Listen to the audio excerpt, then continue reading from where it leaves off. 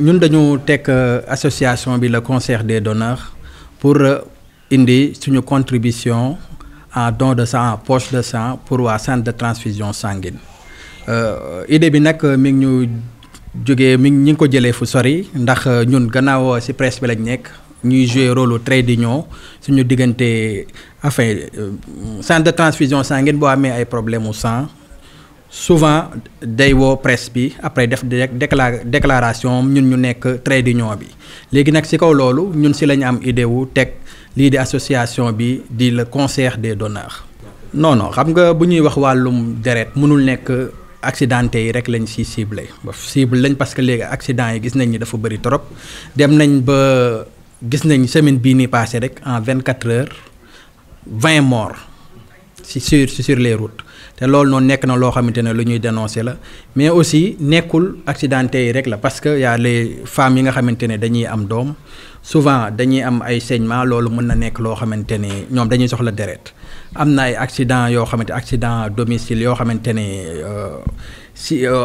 domestique ay accident domestique yu mën a indi aussi nit ki soxla deret ak yeneen fànn yu bëri yoo xamante ne nit mën na am soxla deret te centre de transfusion sanguine chaque jour ñu dégg ñu def ay communiqué à travers nous justement di wax ni deret dafa manqué na gars yi ñëw jàpp seeg yooyu noonu léegi ñun nag gannaaw ñu ñoo nekk trait d'union bi message bi si ñun lay njëkk a jaar ñun ñu nekk ci presse bi moo tax ñoo am idée wu ne léegi dañuy jéem a teg benn association le concert des donneurs pour mën a jàppale gars yi si manque boobu ñu mën koo dindi. waaw mais parce que wax naa ko léegi ñun dañu yàgg a nekk trait d'union entre centre de transfusion sanguine ak les populations saa yi bu manque amee rek de sang ñun la ñuy woo ñun ñooy dem wax ko population yi mais on s'est dit pourquoi pas ñu nit ñu jéem a taxaw même bu ñu koy wax population yi mais ñun tam qu'est-ce qu'on peut faire d'autre loolu moo tax ñu nit ñu jéem a ñëw ne léegi dañ siy jéem a jàpp dugal ci suñu loxo def suñu association bopp ñun tamit comme nit ñi nuñ koy defee nit yi xam ñun ñoo leen koy wax.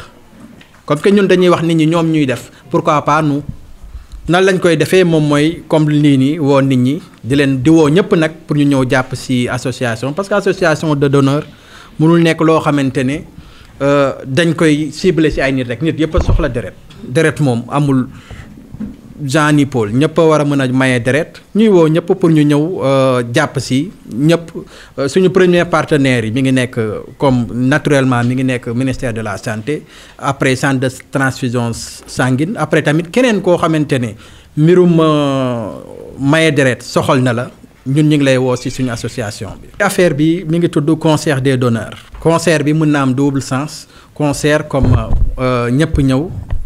mën a dajaloo ñu tuddee ko concert mais aussi concert comme loo xamante ni ay concert justement yu ñu organiser ñi ngi ko bëgg a def nag ci région yi ci Sénégal yëpp bàyyiwuñu fenn fépp fu ñu dem icône ba fa nekk comme artiste wala comme leneen parce que du ay concert kese mën na nekk ci ay domaines yu bëri lépp lu nit ñi mën a ñëw dugg pour toog pour seetaan pour bégal seen xol ñun dañ koy def mais entrée bi bu boobaa du nekk lu dul ku maye deret rek bu boobaa sa ticket maye deret ngay def ñu jox la ticket noonu lañ mën a def pour collecter le maximum de sang ndax jeunes yi bëri nañ macha allah ci réew mi woo leen ci loolu vraiment dinañ mën a wuyu ñëpp comme ça léegi ñu mën a am le maximum de sang.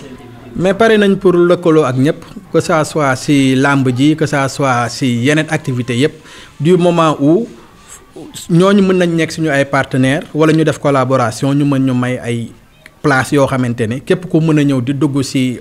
événement boobu rek bés boo mayee deret rek incha allah dinañ la jox sa ticket nga mën a participer ci manifestation bu mu mënaanti doon ñun taxaw nañ pour ànd seeg ñoom.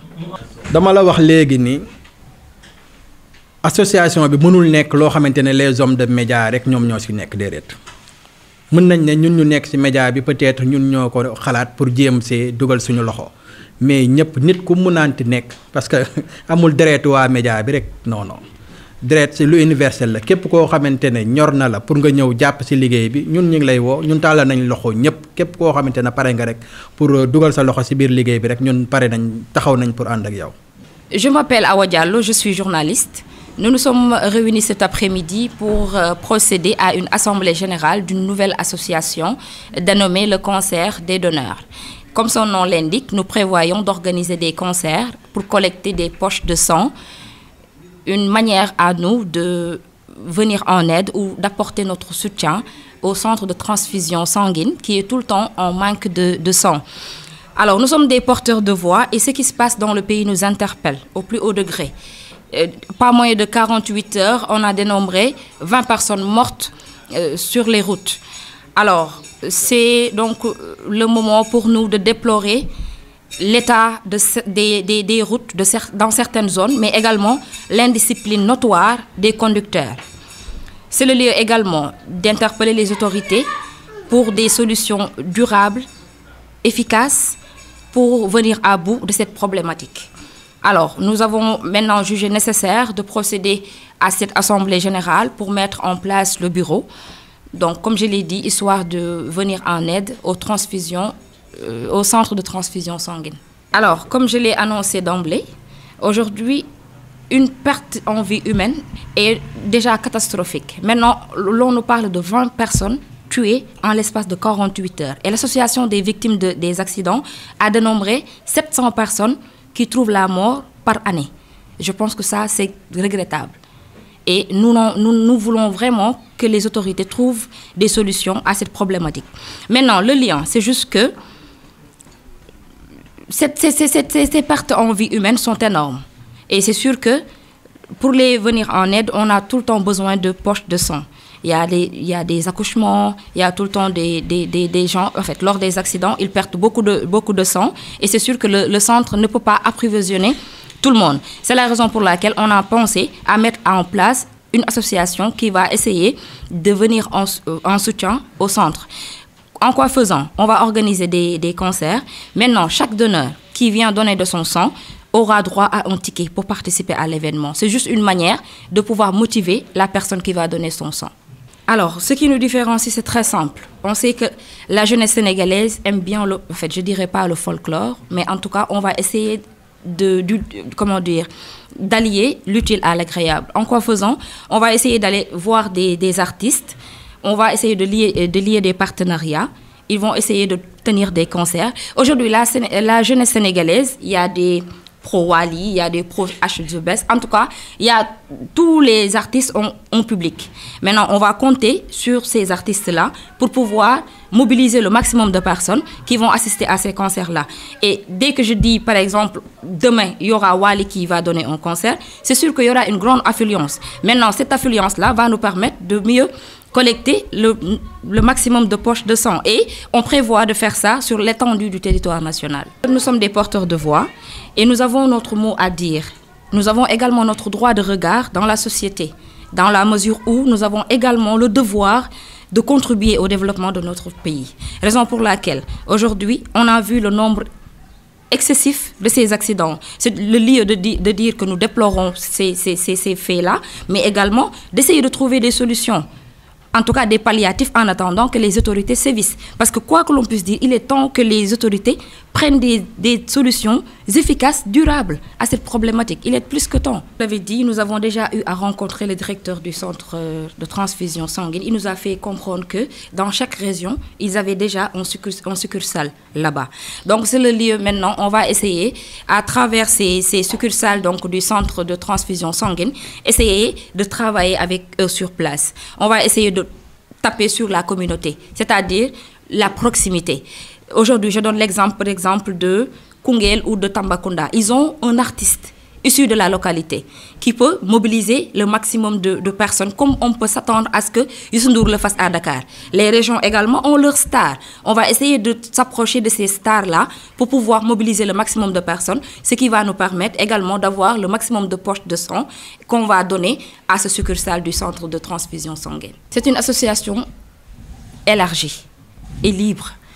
Il convient à toute personne désireuse de participer à cette association. Nos portes sont grandement ouvertes. On ne demande que ça. C'est également le lieu pour moi d'appeler, de lancer un appel aux populations.